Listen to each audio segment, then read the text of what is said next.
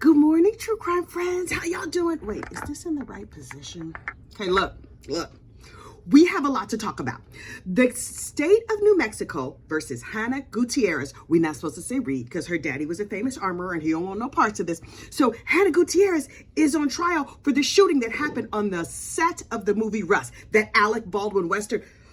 Oh my goodness. So much happened in court yesterday. But first, we have to say good morning to Hannah's mom. Hey, Hannah's mom. Listen, I hear Hannah's mom loves court TV, which means she's probably a true crime fan, which means she's probably clicking around the internet to see who's talking about her baby. Because if it was me, I would be clicking around to see who's talking about my baby. So I'm just assuming that she has found our channel because why wouldn't she? Say, good morning, Mrs. Reed. How you doing? You got your cup of coffee, girl? We about to talk about the entire situation. So look.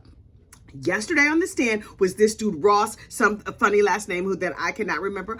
Ross, he's still grieving, poor thing. But look, he was right there when the shooting happened. And I was like, okay, Ross, you have to tell us absolutely every single thing. Okay, so this is what happened according to Ross. He's like, okay, we're lining up the shot and Alex is going, boom, boom, boom, like pretending, right? But he's not supposed to pull the gun all the way out. He's just supposed to pull it like out a little bit, like just the back of the gun we're supposed to see. But he's like overacting and doing the thing, and his eyes are down and his eyes are up and whatever, acting, right? And then one of the times he pulls the gun out, it goes off, and he's like, ah! Because that's what I would have done if the gun had gone off.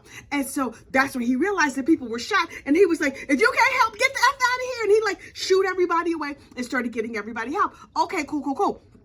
But then in the course of his testimony, he told us about like what was happening on the set in general. Number one, he was like, oh, it was a very messy set. This child had bullets everywhere. Here's the funny thing though. He's still kind of not blaming Hannah. She was not in the union yet. She was very young. This is her first job as a lead armorer. They had 17 days to shoot, but they only gave her 8 days to do her armorer duties. That don't seem like enough to me. Also, you're supposed to keep the bullets in like nice, neat rows and all orderly. This child had bullets everywhere. She had like a little Rubbermaid cart that had bullets strewn all over it. She had guns laying around. And according to Ross, usually the armorer is like, I have these bullets that are in this box. It's a very secure procedure. Bullet number 1, Bullet number 2, Stop. Obviously, the armorer is not the Count from Sesame Street, but in my mind, that's how it goes. Bullet number 3, shaking the bullet. So anyway, she do all that. They were like, Hannah, girl, where's the bullets? And she's like, hang on, I got some right here. Wait. No, the bra bullets are not the right. But hang on, is it the right? Oh, can you get the bullets out of the Mary Kay bag that's right there next to the Dwayne Reed bag full of bullets? Yeah, just bring me a handful. Those are my spare bullets. And so she was just throwing the spare bullets in the gun, and then you're supposed to like spin the cartridge, I don't know gun parts. Spin the little thing on the gun and be like, yes, these are all fake bullets. And she's supposed to check it. And then the first assistant director is supposed to check it. And then the actor is supposed to check it. And then anybody who wants to check it is supposed to be allowed to check it. And then they start the scene. But what they did instead was Dave Halls, the first assistant director, was like, give me a gun. And she was like, I checked it before. He was like, just give it here. She was like, okay, I checked it before lunch. It should be fine. Hang on, it's a bullet missing. Let me clean out this hole and put another bullet in. And then she hands over the gun. And then the Halls hands the gun to Alec. And then he starts drawing. Here's the other thing.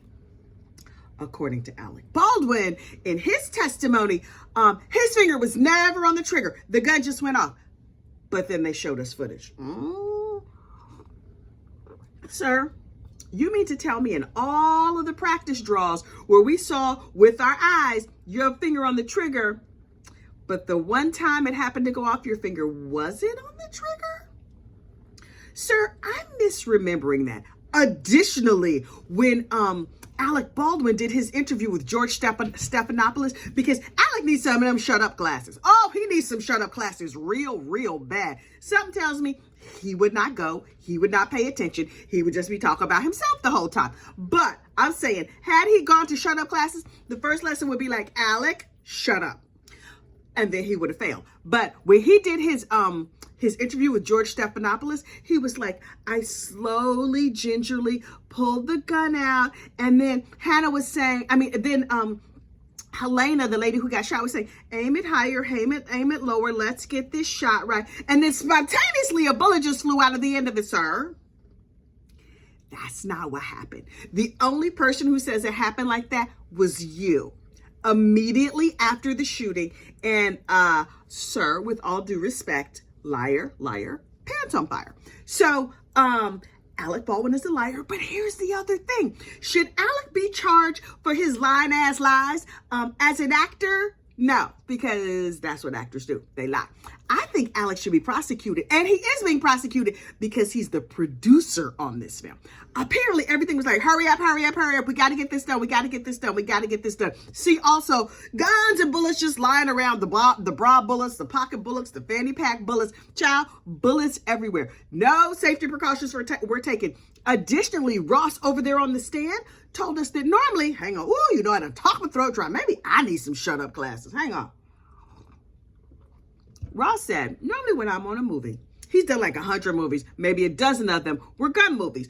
Okay, cool. I bet you going forward, he's just went, I would like to do that peanut butter and jelly commercial. Is Smucker's hiring? What about Jiffy? Because I need something that's way less dangerous because, it's no guns in peanut butter. Unless you live in like one of them gun states, child. I don't know how they do out there. Anyway, he was like, normally you get a safety bulletin, right? Like, here are all the safety precautions. Here's this, here's that, here's whatever. And then you get your call sheet by email. Now, listen, the last time I was on a movie set, the call sheet was on paper. That tells you how long it's been since I've been on a movie set. A long, long time. Anyway, on the call sheet, it's like, and here are the safety precautions. And they just attach it. There's an attachment. And you could click the link if you want to. Nobody clicking that link. But the production company was like, okay, send out the call sheet. No safety bulletin. Every day they're supposed to have a safety meeting. They had one safety meeting at the beginning of the movie and then none after that. There's a ton of precautions that are supposed to take place that did not take place. And it is the production company's job to make sure all those things that are happening, not the armorer. The production company is supposed to set everybody up for success and get everything all together and in a row so that the props people can do their job and the clothing people could do their job and the armorer could do her job. Now, listen, if this was a clothing related accident, like if spontaneously you was trying to take off a sweater and it choked you to death and you were unfortunately unalive, dead there like a carp on the floor, then would that be wardrobe's problem or would that be production for buying, homicidal sweaters? I don't know. Anyway, in this particular case, they did not set Miss Hannah up for success. And when a seasoned member of the crew, Ross, the cameraman, who was in the union, IATSE, which sounds like something you'd say when you win that game, IATSE, whatever. Oh, that's Yahtzee. Anyway, when Ross is a seasoned filmmaker, right? A seasoned cameraman or a dolly grip or a something else like that. I don't know what none of people do. But he went to the assistant director and was like, you guys are not being safe. There's a lot of things you're supposed to be doing that you're not doing. And you know what the director said? He just said, and walked away. Okay. And then there was 2 or 3 like negligent misfires. The props lady was loading a gun and shot it off accidentally. Oops. And then in emails, you see that the props lady saying to Hannah, oh, what are you going to do? Run and tell production? Damn. What are y'all doing? Y'all just playing fast and loose. It just seems like nobody was minding the store. You know how in class, when you had a substitute teacher or in college when no teacher showed up at all, you was like, okay, well, we can just sit here and eat all these snacks we normally don't eat. We can put our feet up. We can have a little kiki and then we can just go, have some liquor right here in class. Just me? Okay. Anyway. You could do whatever and then wander off. Or as an adult, when your boss is not here. In my office, we jokingly say like, oh, we have no adult supervision. Now, do we still do our jobs? Yes, because we're all grown adults. But over there on a movie set, a bunch of people who are used to working for themselves, something tells me that some of them were like good and disciplined and professional, and some of them not so much. And isn't it always the way that the ones that not so much are the ones who are just like, I'm having the best time. You're being a stick in the mud with all these rules and laws and stuff. Oh my goodness, hang on. Well, them rules and laws, people, they be keeping people alive. And something tells me, now call me crazy, I don't think Alec Baldwin is a process guy. Everybody got this at their job. I just want to get XYZ done. They don't care what the process is. They don't care how it is, how it goes, how it's supposed to be done. They just want the thing done. I have worked with some people who were not processed people. Can you just get the widgets out the door? And I'm like, but wait, those widgets need a packing slip. And we have to call the factory to make the widgets. They're like, I don't care how you do it. Just get them out the door. And I'm like, okay, I'm going to send them a box of my bra bullets instead of the widgets. And then that's going to be that. And so things go wrong and people get upset. Alec Baldwin reportedly wanted to walk around with his hero props. Sir, what is a hero prop? Did he have a cape? He had his gun. He liked his bandolier on. Okay, were you getting into character or were you just a weirdo and or a jerk? I mean, I can see you're trying to get into this character. You're like, I'm going to make a whole series of movies about Harlan Rust, who is me, that I write and direct and produce, and I'm going to impress my wife. And my wife just had her 4,000th baby. And so I got to get this money so that she could keep having kids and being over there pretending to be Hispanic, even though she's a white girl from Boston. Child, that's another story for another day. But Alec was trying to get whatever he needed to get done, He was not worried about the process. He's real upset now because this unaliving is going to go down on his permanent record and he feels bad about that. Now, trust me, I'm sure he's very, very upset that Helena Hutchinson is no longer on this mortal coil and that she had a young son and a whole bunch of other things. But at the end of the day, I think Alec Baldwin is mostly upset because his reputation and his career and his insurability, because even if people wanted to hire him after this, maybe they could hire him as an actor. As a producer, you think he can get insurance after this? No, that's gonna be a no for me, dog. Additionally, Mr. Alec is being sued by basically everybody who was on that set. Dave Halls, the assistant director, immediately was like, oh, I done screwed up. I am an old man. I cannot do jail. You see, I'm frail. I'm a Hollywood, whatever. I'm used to living in nice places. I would like to take a plea. Who can give me a plea? Excuse me, please. Can I have a plea? I'm pleading for a plea, please, and thank you. And so he took a plea. In the unfortunate unaliving of Helena Hutchinson, Mr. Dave, Dave Halls, you know what he took a plea for? 6 months, suspended sentence. He has to take a gun safety course, and at the end of the 6 months, assuming he's not involved in the unfortunate unaliving of others, then his record will be expunged. So basically, he has to take a safety course and go on with the rest of his life. Got you. Okay. Alec Baldwin, on the other hand, had a $14 million mansion out there on Long Island, someplace on the water. He had to sell that. He was liquidating assets like crazy because everybody is suing him. And Alec, if you read his book, now listen, I'm an Alec Baldwin fan. I'm a fan of his acting. Him as a human being? Yeah, nah. Do I want to have lunch with him? Absolutely not. Do I want to speak Spanish with his wife? No, because me and her probably speak about the same amount of Spanish, which is very little. I can say TNS el baño. Do you have a bathroom? ¿Cómo está? ¿Cómo se dice? Insert any English word, because that is all the Spanish that I know. ¿Cómo se dice means how you say that. How you say that? How you say that in English? ¿Cómo se dice en inglés? That rolls right off the tongue because, I don't know that much Spanish. His little wife over there, her too. But they got 8 kids. And them 8 kids are not going to feed themselves. And she just hiring surrogates left, right, and center. Okay, girl, maybe you should adopt some puppies or kitties or something and quit bringing humans to this planet, especially if they have his seed. But okay, whatever. Hang on. So, Alec Boo Boo, you in trouble.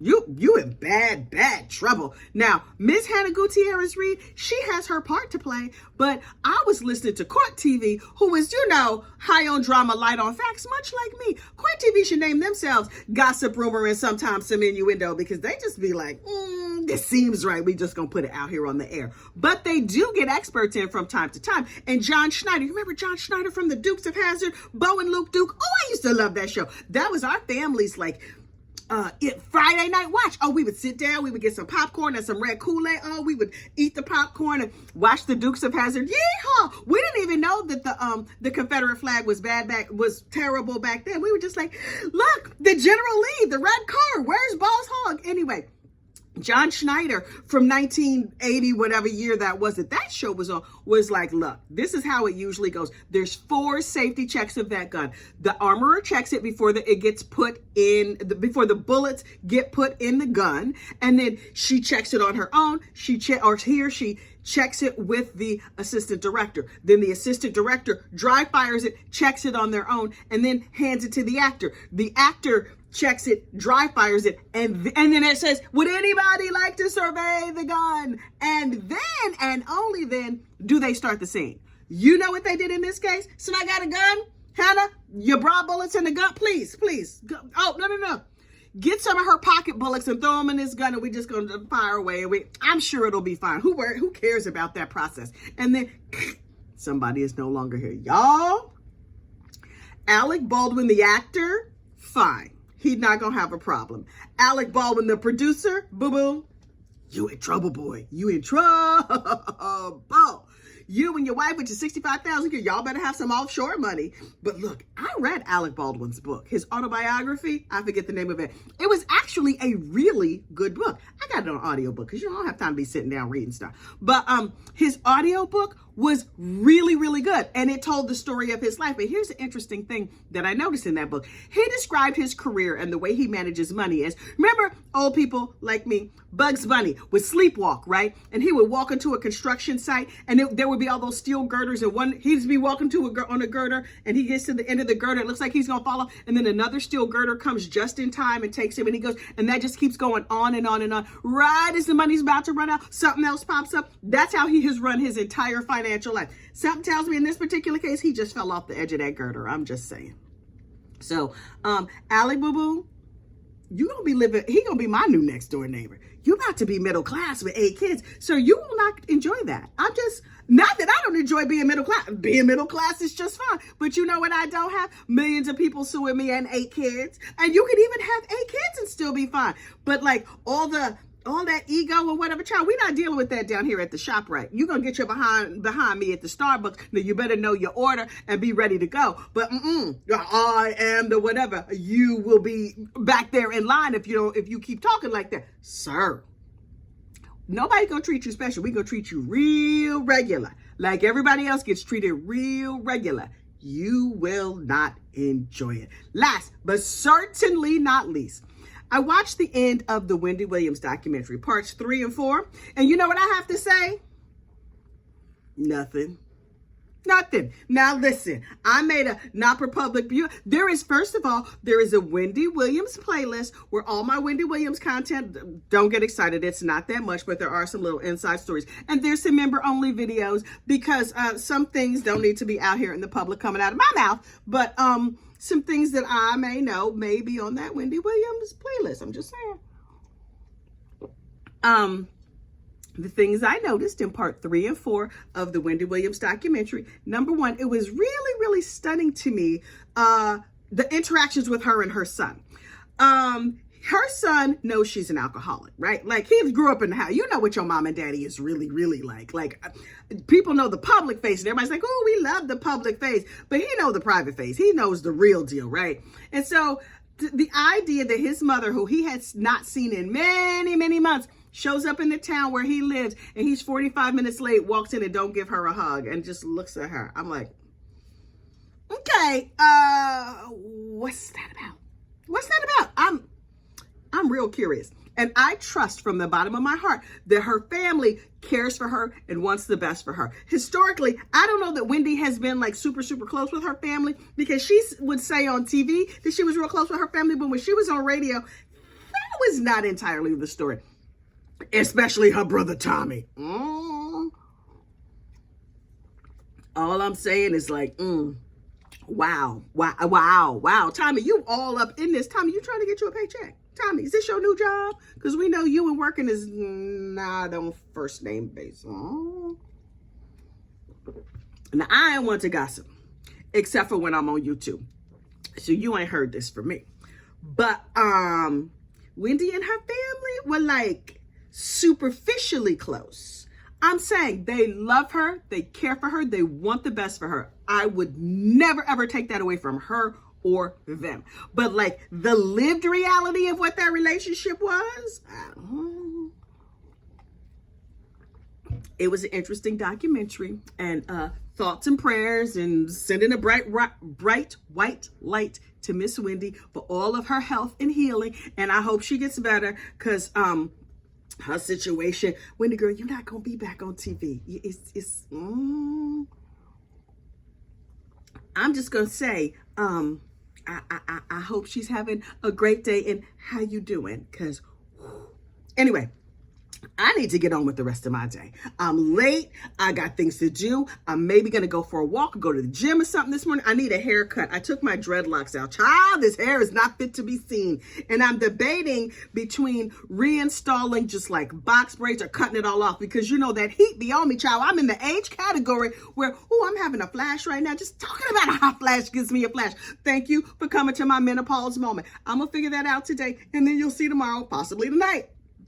Members, y'all gonna see tonight what the new hair looks like. I don't even know yet. It's gonna be a surprise to both of us. Look, like this video, subscribe to the channel. You know I always forget to say it. And get on down there in the description of this video and play bingo. Watch this video back at 2x. That's how I watch everything. And play yourself a little bingo, and you have a fantastic day. Bye.